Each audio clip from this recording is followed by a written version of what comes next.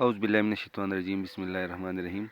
अज़ीज़ तलबा, आज एक नए टॉपिक के साथ आपके सामने हाज़िर खिदमत हूँ। आज का टॉपिक है साइटोप्लाज़्म। अज़ीज़ तलबा, जैसे कि हम लोग जानते हैं कि हमने सेल एंड टिश्यू चैप्टर शुरू किया था, जिसमें हमारा लास्ट टॉपिक जो था वो न्यूक्लियस था। तो न्यूक्लियस में हमने बेसिकली पढ़ा कि ये वो सेल ऑर्गेनेल्स है जो कि तमाम सेल की एक्टिविटी को कंट्रोल करता है और मोस्ट प्रोमिनेंट सेल ऑर्गेनेल्स है as compare to other cell organelles. इसके बाद जो हमारा टॉपिक है वो है आज का साइटोप्लाज्म। जैसे कि आप लोग जानते हैं कि सेल मेम्ब्रेन और न्यूक्लियस के दरमियानी एरिया को साइटोप्लाज्म कहा जाता है। बेसिकली साइटोप्लाज्म जो है यहाँ पर मुख्तलिफ़ किस्म के सेल ऑर्गेनेल्स होते हैं और सेल ऑर्गेनेल्स के अलावा यहाँ पर जो खाली रीजन होता है वो मोस्टली 90% वाटर पर मुश्तमिल होता है और साइटोप्लाज्म का सॉल्युबल पार्ट जो है इसको साइटोसोल कहते हैं। और ये साइटोसोल जो है, जो सॉल्युबल पार्ट है, वो 90% वाटर पर मुश्तमिल होता है। इसके साथ साथ ये साइटोसोल जो है यहाँ पर मुख्तलिफ़ किस्म के रिएक्शंस होते हैं। मसलन एनारोबिक रिस्पायरेशन हुआ, फॉर एग्ज़ाम्पल जो प्रोटीन सिंथेसिस हुआ, या और मुख्तलिफ़ किस्म के लिपिड सिंथेसिस हुए। ये तमाम प्रोसेसेस जो हैं ये यहाँ पर साइटोप्लाज्म में होते हैं। इसके साथ साथ साइटोप्लाज्म जो है यहाँ पर मुख्तलिफ़ किस्म के सेल ऑर्गेनेल्स मौजूद हैं।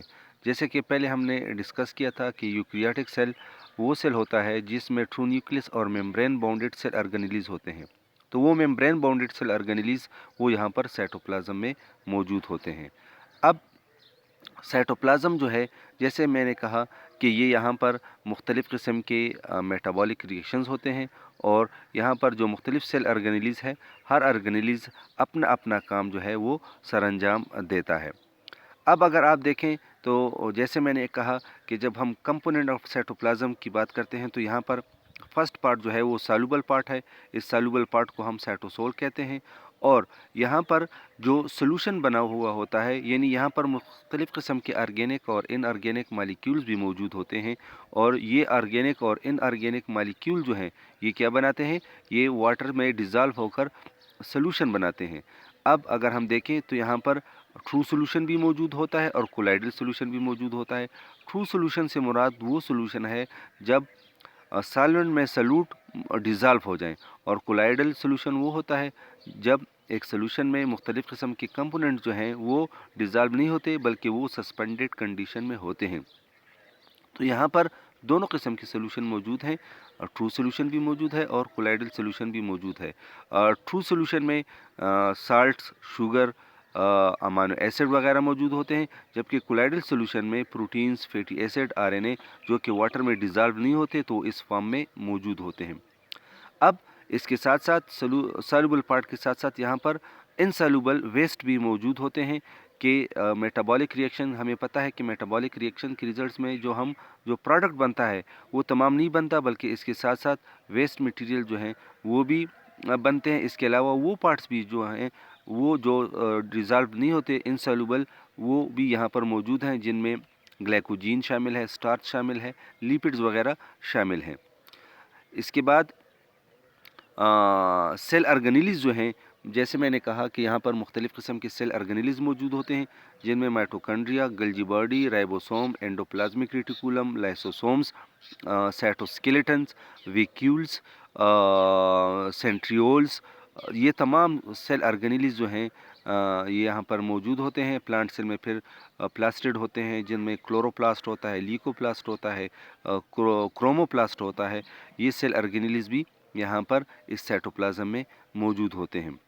अब जब हम आते हैं फंक्शन ऑफ साइटोप्लाज्म की तरफ, तो सबसे पहले इसका जो फंक्शन है ये एज अ स्टोर हाउस जो है बायोमालिक्यूल के लिए इस्तेमाल होता है। यहाँ पर मुख्तलिफ़ किस्म के मालिक्यूल्स जो हैं, biomolecules, amino acid, sugar, lipids, nucleic acid में डीएनए, आरएनए, ये यहाँ पर मौजूद होते हैं। अजीज़ तलबा, बायोमालिक्यूल्स वो मालिक्यूल्स होते हैं जो मिलकर ऑर्गेनिक मालिक्यूल्स या इनऑर्गेनिक मालिक्यूल्स बनाते हैं और जो कि लाइफ के लिए पॉसिबल है। फॉर एग्जांपल अमाइनो एसिड जो है ये मिलकर प्रोटीन्स बनाते हैं। इसी तरह अगर हम देखें तो लिपिड जो है ये ग्लिसरॉल और फैटी एसिड से बनता है, ये यहाँ पर मौजूद होते हैं। शुगर जो है ये monosaccharide simple glucose, fructose, galactose से बनते हैं। तो ये तमाम मालिक्यूल जो हैं यहाँ पर स्टोर होते हैं। इसके अलावा यहाँ पर मुख्तलिफ़ किस्म के मेटाबॉलिक रिएक्शंस होते हैं, जैसे ग्लाइकोलिसिस।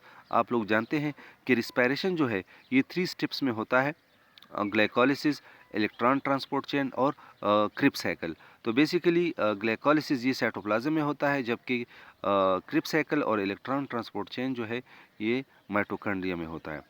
इसके अलावा जैसे मैंने कहा कि यहाँ पर मुख्तलिफ़ सेल ऑर्गेनेलिज़ जो हैं वो भी सस्पेंडेड फॉर्म में मौजूद होते हैं। अब जब हम सेल ऑर्गेनेलिज़ की तरफ आते हैं तो बेसिकली इसको हम सेल ऑर्गेनेलिज़ या साइटोप्लाज्मिक ऑर्गेनेलिज़ भी कहते हैं, जिसमें ये 2 किस्म के होते हैं। एक मेम्ब्रेन बाउंडेड ऑर्गेनेलिज़ होते हैं, एक नॉन मेम्ब्रेन बाउंडेड सेल ऑर्गेनेलिज़ होते हैं। मेम्ब्रेन बाउंडेड ऑर्गेनेलिज़ नाम से ज़ाहिर है, जिस तरह सेल के इर्द गिर्द सेल मेम्ब्रेन होता है, न्यूक्लियस के इर्द गिर्द न्यूक्लियर मेम्ब्रेन होता है, तो इसी तरह इन सेल ऑर्गेनेलिज़ के इर्द गिर्द भी मेम्ब्रेन होता है। इसको हम मेम्ब्रेन बाउंडेड ऑर्गेनेलिज़ कहते हैं।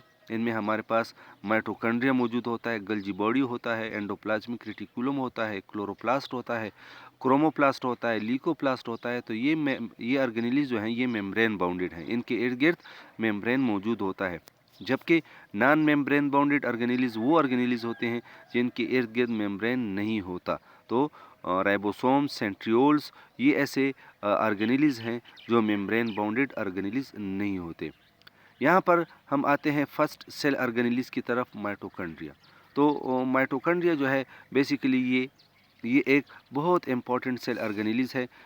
अगर आप इस डायग्राम को देखें तो इसके इर्द गिर्द 2 मेम्ब्रेन जो हैं ये इसके इर्द गिर्द होते हैं।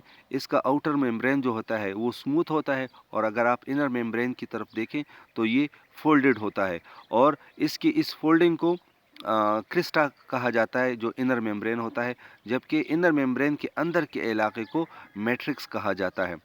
बेसिकली यहाँ पर इस मैट्रिक्स में राइबोसोम्स मौजूद होते हैं, इसमें डीएनए मौजूद होता है, इसमें प्रोटीन मौजूद होते हैं। तो जिसकी वजह से हम ये कह सकते हैं कि माइटोकॉन्ड्रिया जो है ये सेल्फ रेप्लिकेटिंग ऑर्गेनेलिज़ है, यानी माइटोकॉन्ड्रिया जो है एक सेल ऑर्गेनेलिज़ से 2 सेल ऑर्गेनेलिज़ बनते हैं, क्योंकि इसमें अपना जेनेटिक मटीरियल जो है ये मौजूद है।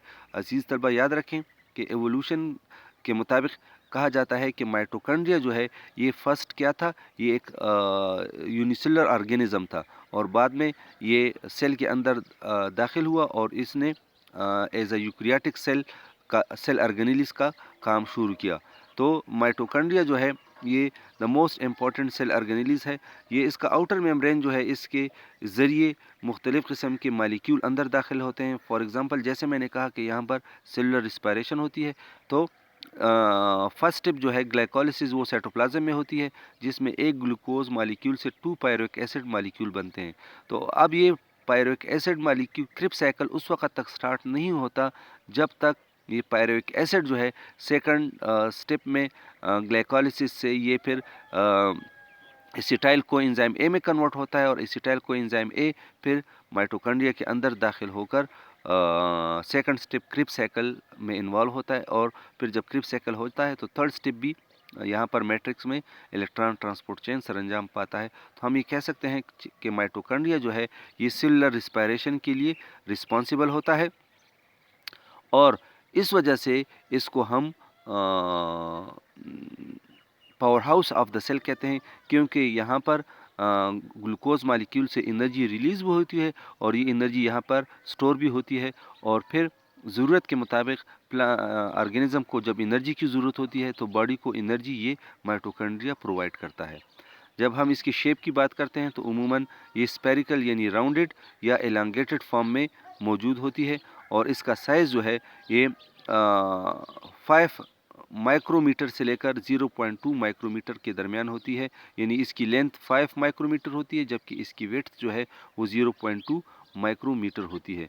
जब हम इसकी तादाद की बात करते हैं तो लाजमी बात है कि वो सेल्स जो मोस्ट एक्टिव हों, जो ज़्यादा एनर्जी प्रोड्यूस करते हों, तो इनमें इसकी तादाद ज़्यादा होगी, और वो सेल्स जिनमें जो कि इतने एक्टिव ना हो तो इसमें इसकी तादाद कम होगी। फॉर एग्ज़ाम्पल लीवर सेल जो है, आप जानते हैं कि लीवर सेल में मुसलसल एनर्जी बनती है, रिलीज़ होती है और बॉडी को हीट प्रोवाइड करता है लीवर।